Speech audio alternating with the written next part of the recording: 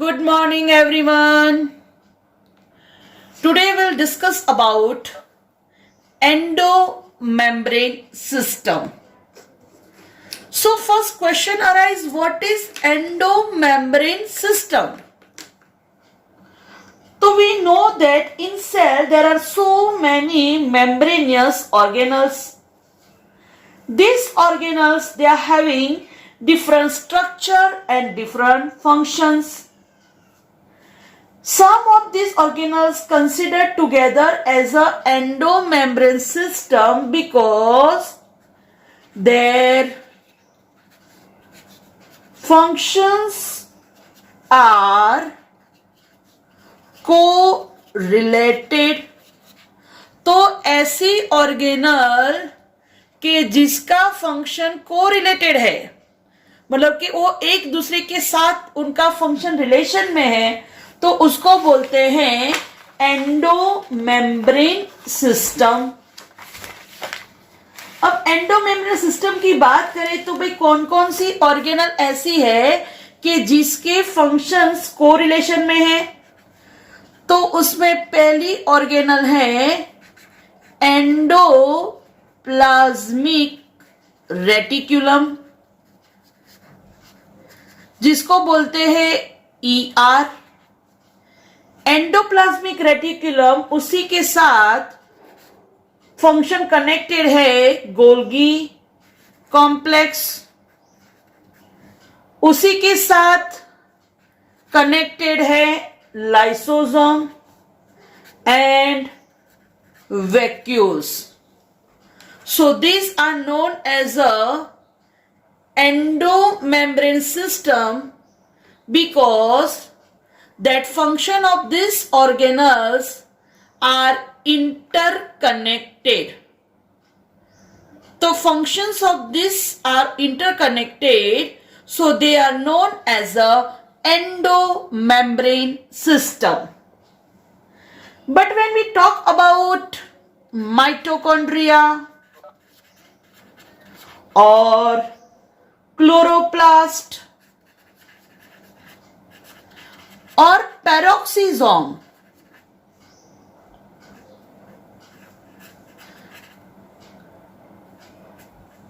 so that function of this organelle are not interconnected, so they are not the part of endomembrane system. So from here one question most important, which organelles are considered as a part of endomembrane system? Then they are endoplasmic reticulum, Golgi apparatus, lysosome and vacuoles. Right? So now today we'll start with endoplasmic reticulum. Actually endoplasmic reticulum, that is in short it is written as a ER. That endoplasmic reticulum discovered independently by Porter and Thompson, and that name was given by Porter in 1953. Endoplasmic normally observed in eukaryotic cell. It is a network or reticulum, reticulum मतलब जाल जैसा, of tiny tubular structure which are scattered in the cytoplasm. Cytoplasm में पूरा scattered फैला हुआ होता है, right? So this is cell. In cell, this is nucleus. So that endoplasmic reticulum, it is tubular structure which is scattered in the cytoplasm, is known as a, this is endoplasmic reticulum. That endoplasmic reticulum, it is either scattered in the cytoplasm, cytoplasm में free होती है, or it may be connected. Just like you can see here, this red one is endoplasmic reticulum. Its one end is united with nuclear membrane and other end is united with plasma membrane. So when we talk about endoplasmic reticulum, either it may be scattered or free in the cytoplasm, or it is united with one end with nucleus and another end with plasma membrane. So that endoplasmic reticulum, it is a tubular structure. Actually, it is made up of three parts. That first main part is cisternae.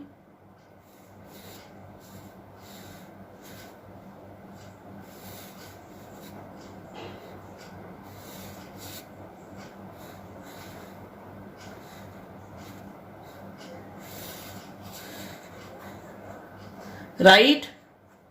This is cisternae, not brothernae. ठीक है, सिस्टरनी, brother की नहीं है, ब्रदरनी मत बोलना. Then these are tubules and vesicles. So it is made up of cisternae, tubules and vesicles. Now actually this endoplasmic reticulum, उसका जो network है, this endoplasmic reticulum, it divides that two part में वो डिवाइड करता है cell को. Intracellular space जो भी है उसको दो पार्ट में डिवाइड करता है. पहला पार्ट है दैट इज ल्यूमिनल. तो आप देख सकते हो कि ये जो अंदर का पोर्शन है दैट इज ल्यूमिनल. जो अंदर वाली ये जो कैविटी है that is luminal, that is inside the ER. This is inside ER. Luminal, ये जो लैमेली है उसके अंदर. And second, extra luminal, मतलब कि ये जो बाहर का पोर्शन होगा that is cytoplasm. जनरली होगा ना यार, ये अंदर तो बाकी उसके बाहर का. Luminal and extra luminal, that is inside ER, and outside ER, that is cytoplasm. Clear? Okay. Now actually normally there are so many ribosomes which are attached with that ER. ये जो ER है उसकी surface पे बहुत सारे ribosome unit होता है. तो हमको पता है कि भाई राइबोसोम कहां पे फॉर्म होता है. तो वी नो दैट कि भाई जो न्यूक्लियस है, न्यूक्लियस में राउंड जो है उसको बोलते हैं nucleolus. And nucleolus it is the site for ribosomal synthesis, right. And ribosome we know that it is factory of protein. Ribosome is involve in protein synthesis. फिर से एक बार रिवाइज करा देती हूं. मैंने आपको बोला था that DNA it is double helical structure. That one strand of DNA act as a template. अब डीएनए पे जो इंफॉर्मेशन होती है, डीएनए की ये इंफॉर्मेशन से बनता है एमआरएनए. अब डीएनए की जो इंफॉर्मेशन से एमआरएनए बनता है, that process is known as a transcription. And this process occurs in nucleus. Now this mRNA it will enter into cytoplasm, and that next step is translation, which occurs in cytoplasm. And due to translation sorry, what is formed? Protein. Right. तो ये आपकी final product protein. तो मेरा main M था कि भाई DNA से बनता है प्रोटीन, बट डीएनए से प्रोटीन बनाने में जो सेकंड स्टेप ट्रांसलेशन है उसके लिए क्या चाहिए, राइबोसोम सॉरी, राइट, उसके लिए राइबोसोम चाहिए। तो ribosome is involve in protein synthesis. क्यों? बिकॉज ये जो एमआरएनए है वो ज्वाइंट होता है, एमआरएनए ज्वाइंट होता है राइबोसोम के साथ, तब जाके प्रोटीन बनता है। हमको पता है कि भाई एक mRNA when it unites with so many ribosome that is known as a polysome. Yes, one mRNA with many ribosome, तो उसको बोलते हैं पोलीसोम, राइट। ये सब मैंने पहले समझा दिया है, बट फिर भी एक बार रिवीजन करवा दिया। और मेन मेरा एम यहां पे इतना ही कहने का था कि भाई डीएनए उसमें से बनता है प्रोटीन, और प्रोटीन बनाने में हेल्प करता है राइबोसोम। ठीक है। तो ये जो एंडोप्लाज्मिक रेटिकुलम है उसके दो टाइप है। पहला type rough endoplasmic reticulum, which is known as a RER. Second one is smooth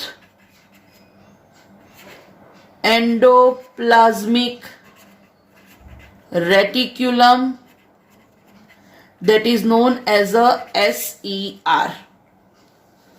तो आप देखो कि भाई जो एंडोप्लाज्मिक रेटिकुलम है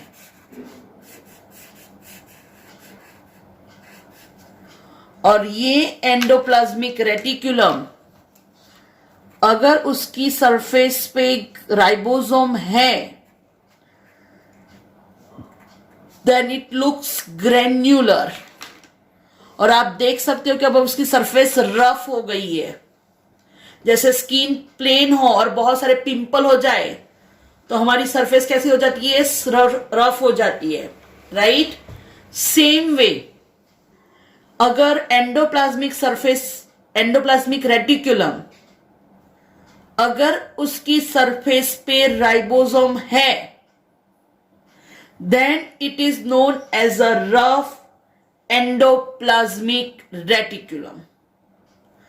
और अगर उसकी सरफेस पे राइबोसोम नहीं है then it is smooth endoplasmic reticulum.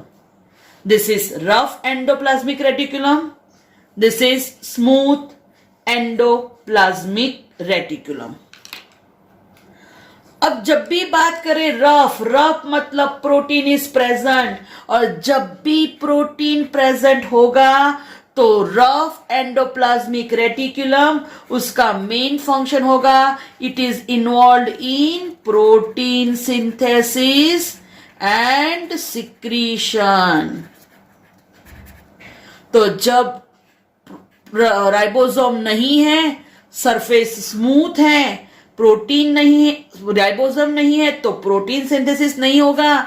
तो ये क्या करते हैं, secretion, lipid synthesis, right. Just like animals की बात करें तो उसमें स्टेरॉइड हार्मोन, ठीक है, ओके। तो रफ एंडोप्लाज्मिक रेटिकुलम ध्यान रखना कंटिन्यूस है with the outer membrane of nucleus, right, okay. Now second thing, ये जो एंडोप्लाज्मिक रेटिकुलम है, तो जो रफ एंडोप्लाज्मिक रेटिकुलम है उसके साथ जो रिबोसोम यूनाइट होता है, ये यूनाइट के लिए जो प्रोटीन इन्वॉल्व है वो है ribophorin protein. Ribophorin protein which is present for attachment of ribosome, right. तो जो रफ एंडोप्लाज्मिक रेटिकुलम है उसमें राइबोफ्लोरीन प्रोटीन होता है, किसके लिए? तो उसके अटैचमेंट के लिए। और ये जो रफ है आरईआर विथ गोल्गी एपरेटस, दोनों मिला के बनाते हैं lysosome. RER and Golgi unite होके सिंथेसिस करता है किसका? लाइसोसोम का। ठीक है, चलो स्मूथ की बात कर दे तो स्मूथली मेजोरिटी कहां पे दिखने मिलती है? ल्यूकोसाइट में। अच्छा, सेकंड थिंग मैं बोल दूं कि जब आरईआर की बात करें तो आरईआर में मोस्टली होती है सिस्टर्नी। तो एसईआर की बात करें तो यहां पे मोस्टली होती है वेसिकल एंड ट्यूब्यूल। मैंने आपको उसके पार्ट दिखा दिए थे, वेसिकल्स एंड ट्यूब्यूल्स। ठीक है, और जब एसईआर की बात करें तो एसईआर हमने बता दिया कि लिपिड और स्टेरॉइड उसके सिंथेसिस में मेनली पार्ट करता है। ठीक है, ओके। तो ये मेन चीज हो गई एसईआर और आरईआर, जो सबसे इंपॉर्टेंट है। 100% यहां से एक क्वेश्चन होगा, ध्यान रखना। Okay fine. अब आगे, तो ये जो एंडोप्लाज्मिक रेटिकुलम है उसके कुछ मॉडिफिकेशंस होते हैं, एक्स्ट्रा नोट्स है। तो जैसे एंडोप्लाज्मिक रेटिकुलम जब मसल्स में हो, skeletal muscle and cardiac muscle, skeletal muscle and cardiac muscle, उसमें भी एंडोप्लाज्मिक रेटिकुलम होता है। बट स्केलेटल मसल और स्केलेटल मसल और कार्डियक मसल, स्केलेटल मसल मतलब कि जो अपने हैंड्स लेग्स में होते हैं उसको स्केलेटल मसल बोलते हैं, उसी को स्ट्रेटेड मसल भी बोलते हैं, राइट। तो ये जो मसल्स है और जो अपना हार्ट है उसमें जो कार्डियक मसल्स है उसमें जो भी ईआर है, राइट, तो उसको बोलते हैं सार्कोप्लाज्मिक रेटिकुलम। एंडो के बदले सार्कोप्लाज्मिक रेटिकुलम। ठीक है, और यहां पे जो ये है ना उसका मेन फंक्शन है स्टोरेज ऑफ कैल्शियम। और इसीलिए जब मसल्स का कॉन्ट्रिक्शन होता है तो उसमें मेन कौन इन्वॉल्व होता है? कैल्शियम। और वो मसल में कैल्शियम का स्टोर कौन करता है? Endoplasmic reticulum, that is known as a sarcoplasmic reticulum. Same ये एंडोप्लाज्मिक रेटिकुलम, राइट, राइबोसोम के साथ यूनाइट होती है। किस की बात कर रही हूं मैं? 9 सेल्स की। 9 सेल के स्ट्रक्चर में मेन होता है सेल बॉडी, और सेल बॉडी में जब भी endoplasmic reticulum with ribosome unite होगा तो उसको बोलेंगे नीजल्स ग्रेन्यूल। 9 सेल में आएगा, क्या बोलेंगे उसको? नीजल्स ग्रेन्यूल। कोई बात नहीं, याद नहीं रहे तो मत रखो, बट मैं जस्ट आपको एक्स्ट्रा इंफॉर्मेशन दे रही हूं कि एंडोप्लाज्मिक रेटिकुलम का भी मॉडिफिकेशन होता है। जैसे सार्कोप्लाज्मिक रेटिकुलम मसल्स में होती है, जैसे नीजल्स ग्रेन्यूल 9 सेल में होती है। ठीक है, फंक्शन को आपको पता ही है, मैकेनिकल सपोर्ट देती है, राइट। फिर सेल्यूलर एक्सचेंज में from one place to another place में हेल्प करेगी एंडोप्लाज्मिक रेटिकुलम। आरईआर है तो प्रोटीन सिंथेसिस, एसईआर है तो lipid synthesis, right, okay. Then lysosome Golgi body सबका फॉर्मेशन करती है, अभी बोला मैंने, राइट। लाइसोसोम का फॉर्मेशन करते हैं, गोल्गी बॉडी का भी उसमें ईआर हेल्प करता है। और इसका मेन फंक्शन है डिटॉक्सिफिकेशन, रिमूव करना, टॉक्सिसिटी जिसकी है उसको रिमूव करना। जैसे कोई ड्रग है, या कोई पॉल्यूटेंट है या फिर एक्स्ट्रा जो स्टेरॉइड है जो हार्मफुल है उसका डिटॉक्सिफिकेशन करता है, राइट। ओके, और आगे आपको आएगा साइटोक्रोम प्रोटीन है। साइटोक्रोम में मैं बाद में पता समझाऊंगी आपको। Cytochrome P450 in ER also helps in detoxification, right. Endoplasmic reticulum में ये जो प्रोटीन होता है वो डिटॉक्सिफिकेशन का काम करता है, ठीक है।